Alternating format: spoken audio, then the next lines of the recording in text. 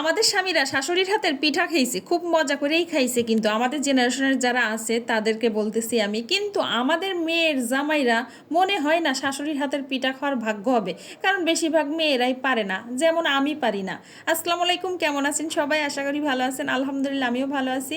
ছোট্ট একটা ব্লগ নিয়ে আসলাম, আশা করি সবাই ভিডিওটা সম্পূর্ণ দেখবেন, সুন্দর করে লাইক কমেন্ট করে পাশে থাকবেন। আসলেই আমি পিঠা বানাইতে পারি না, মানে আমার এই গুণটা নাই, আর আমি স্বীকার করতেও পারি, আমি স্বীকার করতে কোনো লজ্জা পাই না যে আমি পিঠা বানাইতে পারি না। পারি, কিছু কিছু পিঠা বানাইতে পারি, আবার সব পিঠা বানাইতে পারি না।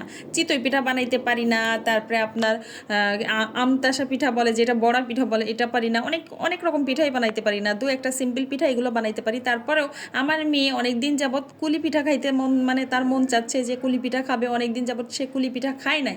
কিন্তু দুর্ভাগ্যের বিষয় হচ্ছে আজকে আমি যে পিঠাটা বানাইছি আমার মেয়ে কিন্তু খাইতে পারে না। সে আছে ভাজা কুলিটা পছন্দ করে, আর আমি সিদ্ধ কুলিটা বানিয়ে ফেলছি, কারণ এটা ভাজা সম্ভব হচ্ছিল না, যেহেতু আমি আটাটা খুলতে পারি না।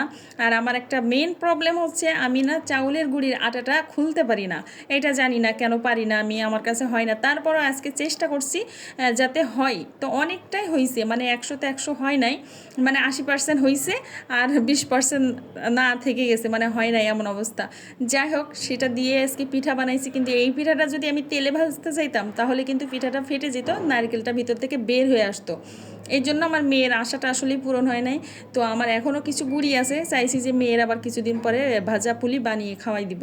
কি করব, কিছু করার নেই। মা যদি গুণবতী না হয় তাহলে তো বাচ্চাদের এমনই না খেয়েই থাকতে হয়।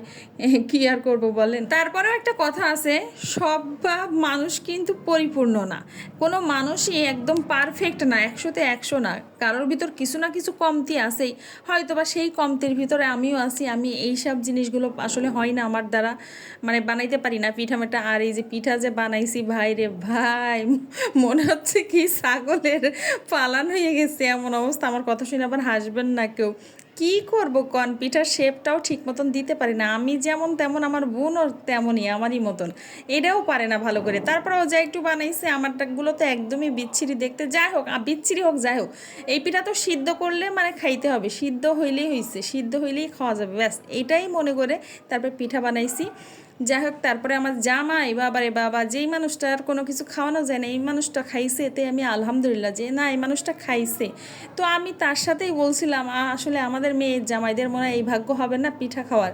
তো আস্তে আস্তে চেষ্টা করতে হবে যাতে পিঠা বানাই, মেয়ের জামারও খাওয়াইতে পারি। ভবিষ্যতে আল্লাহ যদি বাঁচায় রাখে, আমিও তো শাশুড়ি হব, তাহলে আমার মেয়ের জামাই যখন আমার বাসায় আসবে তখন কি খাবো বলেন তো?